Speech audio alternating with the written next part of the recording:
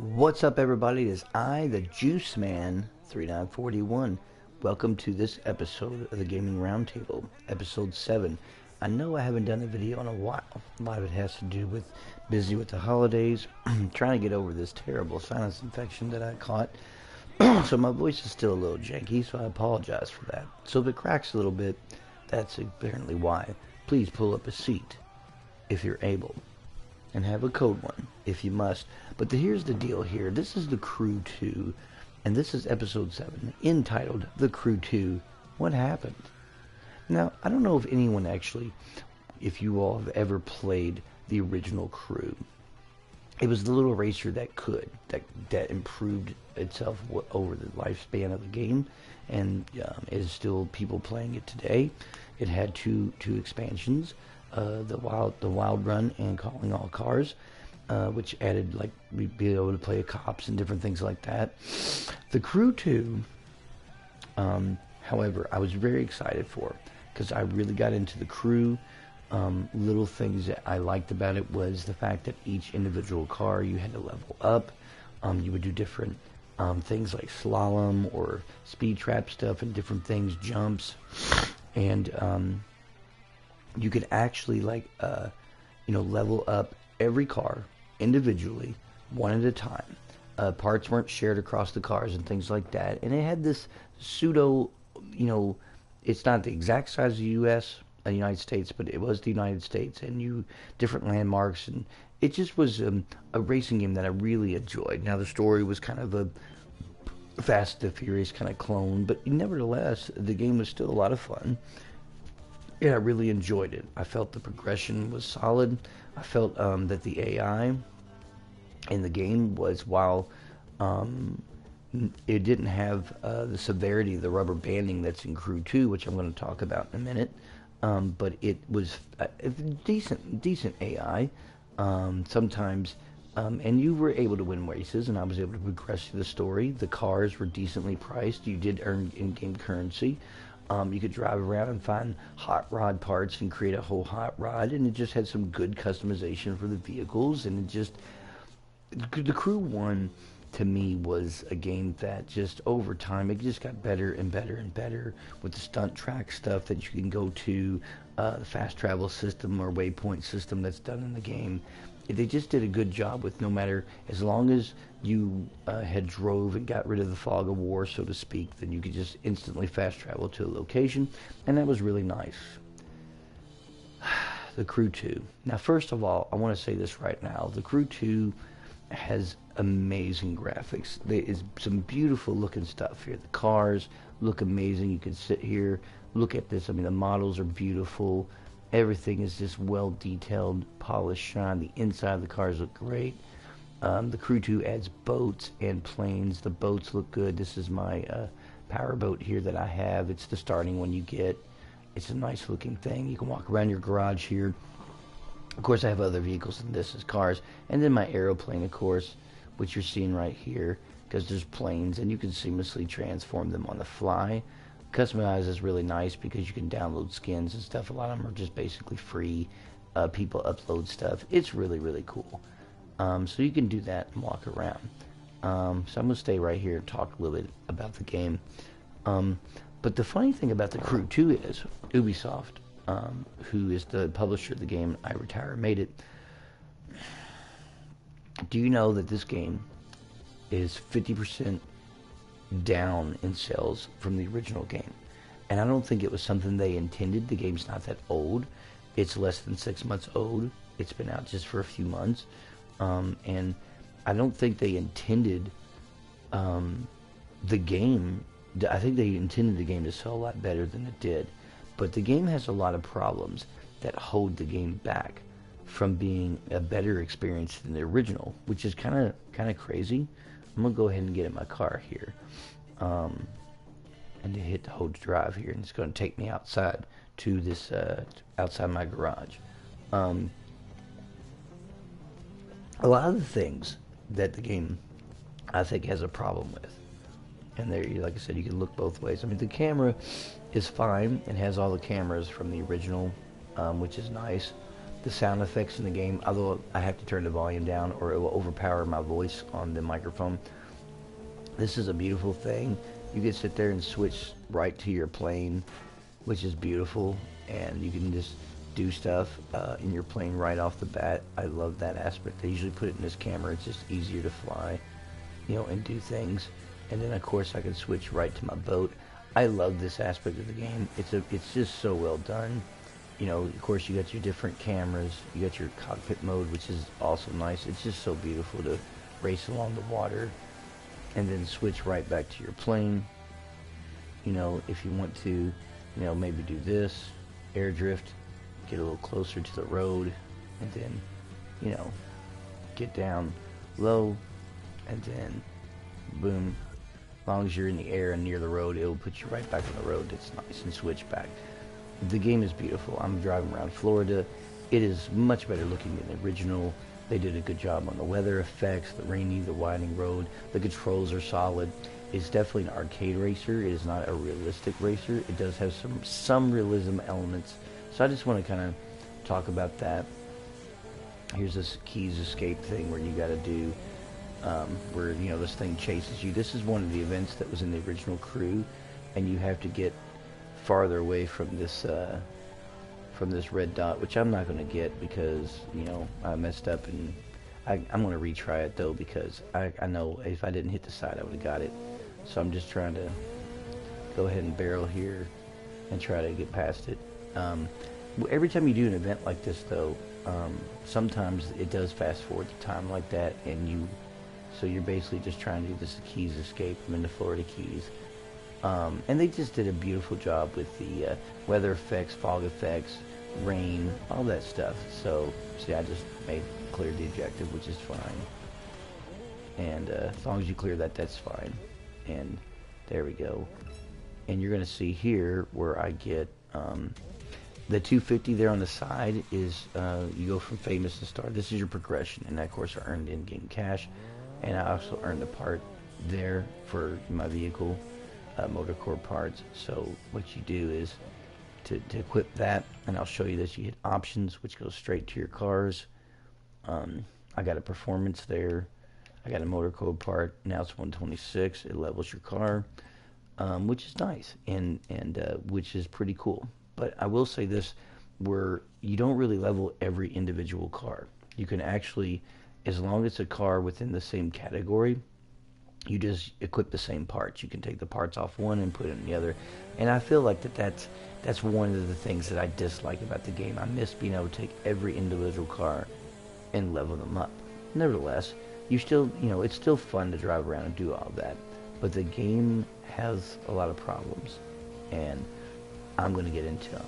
And this is probably why the game is selling 50%.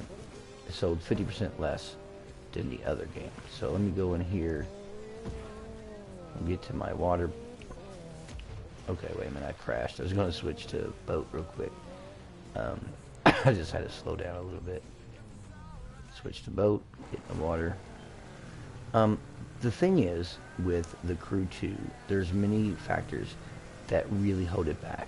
And I'm also going to basically explain that I really feel like that Ubisoft created a platform.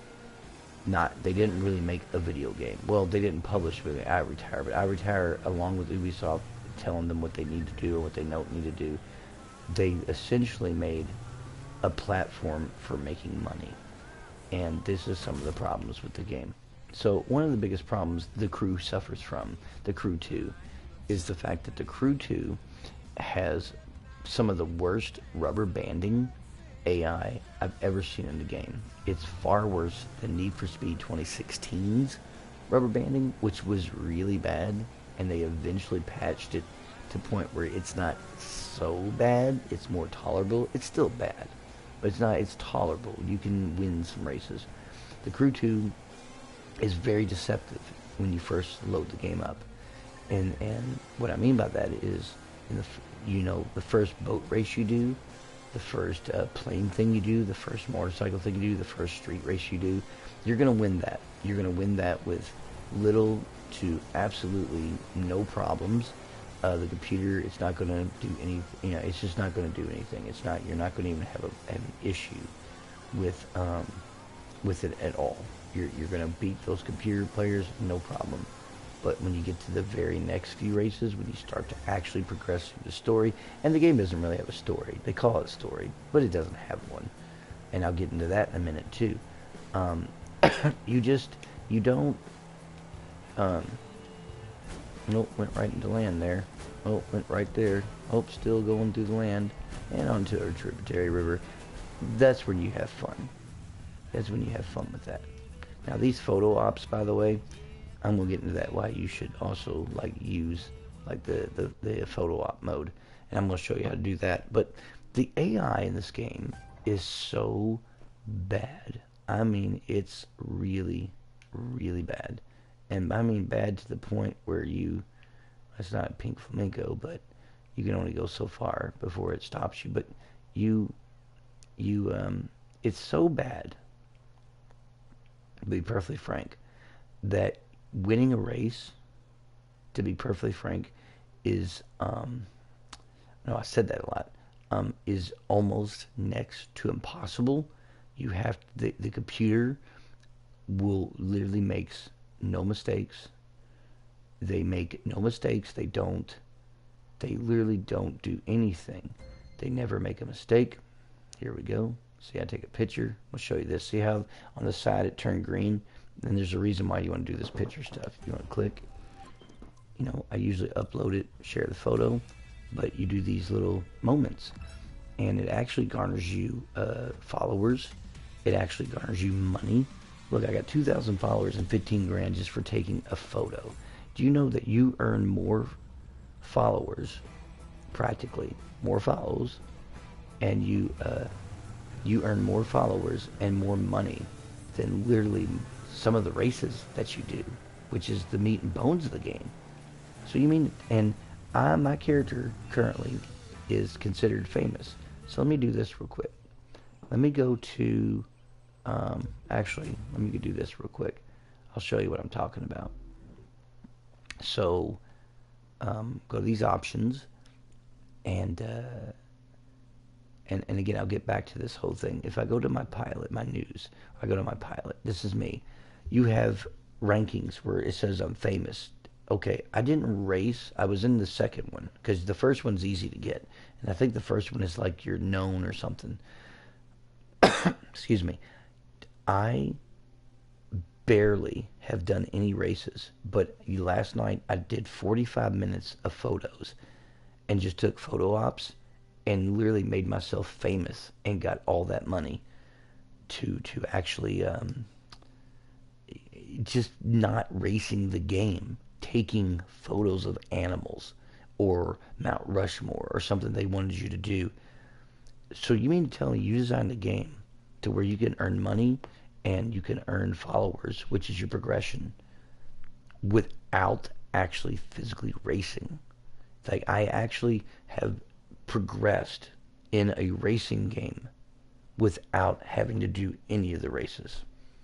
That's crazy. I mean, look at how much I've done street racing. I've got an hour and everything. That's it.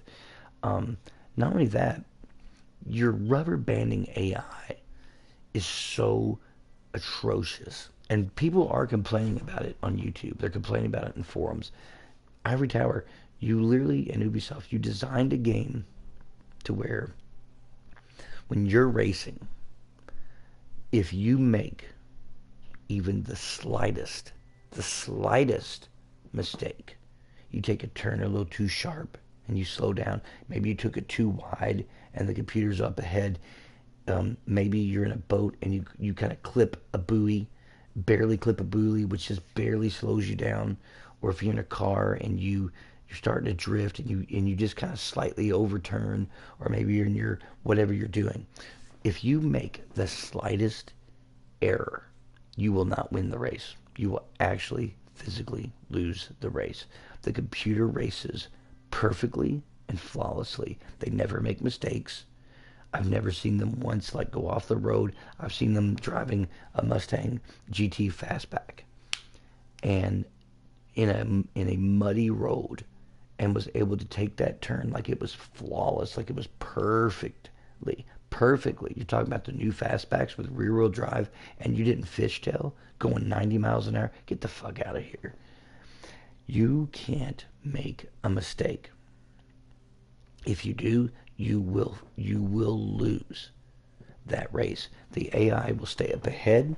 You will, even when you get up ahead, they will always stay right on your tail end. You will not be able to progress in the game's quote unquote story mode. What's worse about this, and why I say they made a platform for making money. See, I've got 20,000 crew bucks. Now I got that from not playing the game, but for buying the game. It's just what you get to start. That ain't shit in this game, by the way. But their vehicles are so much better than yours too. And unless you're like most of the races, you got to place in the top 3. Sometimes you get parts from certain events, but it's very rare. Like I got a part a minute ago, kind of rare. One of the things that wears me out about that is, yes, you can find parts in the wild. They're called live boxes or like loot boxes. And whatever vehicle you're driving at the time, that's the parts you'll get for it. Sometimes you get 4 or 5 parts. I had to actually cheat the game to get parts for my boat by going up onto land when one was near the water, because I've never ran into one in the water. And your radar pings and stuff, and then you can find them. It's one way to get parts to help level up your vehicles to do better in the races. But you know what? The best stuff comes pretty much, and I got some decent parts. I got some purple parts and some different stuff out of the those little live boxes that you can find. But let me show you this. Let's go to the catalog. These are all the companies you can buy from. Let's just take something like a Chevy. Let's do Chevrolet. So I already own that, the Camaro RS. But let's say I want to buy this off-road Camaro RS. It's $154,000. I own the Camaro RS. I own this vehicle in the first crew. Yeah, it was literally like 50 grand. You don't ever make enough money in this game from the races unless you really like place first every time. If you place dead last, you might get 3,000 or 4,000. They make cars so expensive. $198,000 for that Camaro RS. $342,000 for that Camaro RS, a touring car. $242,200 for a 2010 Camaro SS. The real SS doesn't even cost $242,000. The cars in here are so expensive, and the money you get, the reward money you get to get said cars, it's just not enough. You do not get enough money from even if you could win all the races, and it's terrible because you should be able to get more money. My character in Crew 2, you earn money for drifting, you earn money for jumps, you earn money for doing all that. You don't earn money for doing any of that stuff in this game. You earn followers, and that's it. And it's a shame because the cost to get stuff, especially the higher end stuff that you might need to get, it's incredibly expensive, but it's deceptive. You might see a car like you just said, that Impala, it's $88,000. It's a 67. It's got a performance level of 44. It's going to take you forever. You're going to grind and grind and grind and grind to get that car to where you need it to be, to even be able to take on the computer in the old muscle car street races and stuff. This game is ridiculous. Planes, boats, they all cost an incredible amount of money. I go to my vehicles. Yes, I do have stuff. But it's just unbelievable the amount of money it costs. But what really floors me is the fact that I could spend this game doing photo ops, getting 15,000 plus a pop. Here's a mangrove. Pin this photograph. Now I gotta find the mangrove. Crocodile, alligator. That's what I gotta find. And the fact that I can get followers, I gained up to famous from doing pictures, as I said before. I can progress the game by not racing in a racing game? Really? That's ridiculous. Not only that, and I'm sorry my voice is really starting to go here, so I just can't believe that the game, I'm trying to see if there's any gators around to do this picture, to sit here and have a game that sold 50% less than the first one because you made the AI rubber banding so bad. But I tell you what, and you made the grind so arbitrarily long, and you made the cars cost so much. That's why you did it. So you would force us to buy crew bucks so we can buy the cars for what we, so it's not costing us 300,000 credits. It might cost us 22,000 crew bucks or 30,000 crew bucks, which is a lot cheaper, but we got to buy them with real money. You created a platform. You made the grind arbitrarily long. You made the cars cost way more than they ever should, way more than they ever did in Crew 1. You created a system in place to where the AI is abysmal with its rubber banding. That's why they won't fix it. Because if they fix the rubber banding and you could win a lot, you wouldn't need to ever buy crew bucks. They are forcing us to buy this stuff, or they're forcing you to grind for hundreds of hours. It's like, would you take a page out of Battlefront 2? Really? I'm telling you. And the sad part is about this game, and this is what makes me sad. I really still like aspects of Crew 2. I like driving around. I like, not seeing any gators, I'm looking for them. I like driving around. I like doing, the air events and some of the rally stuff. But the overall general racing is absolutely atrocious. It is absolutely, positively, oh crap. I just went into the ground here. Let me switch to a vehicle. It's not a vehicle that I need for this, though. Let me switch vehicles. The point is to create a game where, let me get my Jeep. To create a game that is very deceptive at first like that, and to turn around,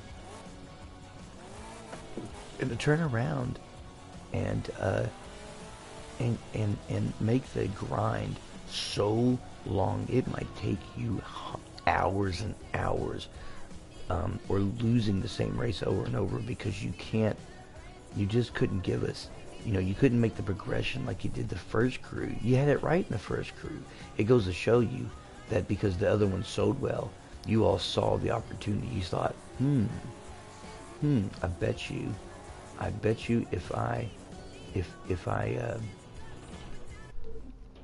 you, because the first one sold, we'll make the grind really difficult. We'll make the cars cost 3 times, 4 times the amount they did in the first game. We're going to force people to buy crew bucks. We're going to make the rubber banding so bad in this. We're going to force people to want to buy our crew bucks and to do stuff. And that's exactly what you all did. I'm looking for an alligator in photo mode, by the way. I'm not really driving around and stuff. You're telling me that's how you designed your game? You designed your game with that in mind. But why is it too that it's a racing game, and yet I spent 45 minutes taking photos like I just did, earning 15,000 plus credits, in-game credits, and ranking my character up to famous with never ever doing a single race? Now granted, that doesn't progress the story, what little there is. Speaking of story, let's go into that. There is no story. Your character in these different events will say, hey, you got to beat this rival, but there's no story. Why is he my rival? He's never done anything to me in the game, or she, or he, depending on who it is. Why do I got to race against him? There's legit no story. It's just, they tell you have to do this, and you do it, and there's not even fanfare when you beat the rival. There's nothing happens. It's not like they show a scene or anything, and you're like, oh, cool, this or that. Nothing happens. And it's like, so why do you call it a story? There's very little to any narration. There's very little to any kind of substance. There's just, that's it. There's virtually nothing. And it's a shame, because I sit here and ask myself, like, why do you all have a game and you say there's a story when there's no story? There's literally nothing. There's no substance. There's no nothing. You're told to do this. This is this guy. He's the top racer. Okay, and you have to take him down. But that's all they tell you. You don't have a reason to take him down. It's not like he did something to you in the game. There's no, oh, at least Crew 2 had that, or Crew 1 had that, where you actually have a reason to, like, race, because it's this Fast and Furious kind of thing, and it's just unbelievable that they have this BS of a quote-unquote story. It's not a story. You're 50% less sales in Crew 2 because of your shitty, terrible rubber banding, where you cannot make a single solitary mistake when you're racing against a computer, or they will win. You make one tiny error in judgment. You turn a little too sharp, you turn too fast, you lose that race. You have these modes where I can take photos of what you want me to, which is crocodile. I can earn 15,000 plus credits and followers, 3,000 followers. I ranked my character up to famous without ever having to race one race. So I can progress my character's rank up. Still looking for a gator. I can progress my character's rank up in a racing game without having to race at all. Wow. And what I just talked about with the lackluster substandard story, which there really isn't a story. You make the cars cost so much money now. There's like literally no... Try a different one. Giant Cypress. I gotta find Giant Cypress now, because it changes periodically. This stuff keeps popping up, by the way. You can change. I have filmed so many coyotes and got so much credits and money and everything for doing that.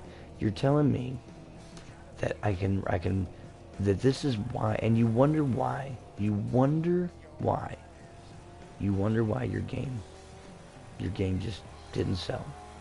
You wonder why your game is 50% less sales than the first one, because you created this platform. You made the cars so expensive that really it's just better off to buy crew bucks and get the cars you need just so you can win a race, because your AI is that atrocious with the rubber banding. And it's a sad thing, because when you're just driving around doing nothing, the game's pretty spectacular. It's fun to play, you know, but I don't know. It just makes me sad to see that the Crew 2 faltered on so many levels and did what they did. And they're never going to fix the rubber banding. They're just not. And it's just a shame to see that happen in the Crew 2. This has been episode 7 of the Gaming Roundtable.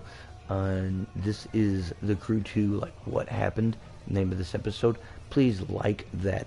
Please hit the like button. Please subscribe to my channel. Please subscribe to the Unpaid Gamers on here on YouTube.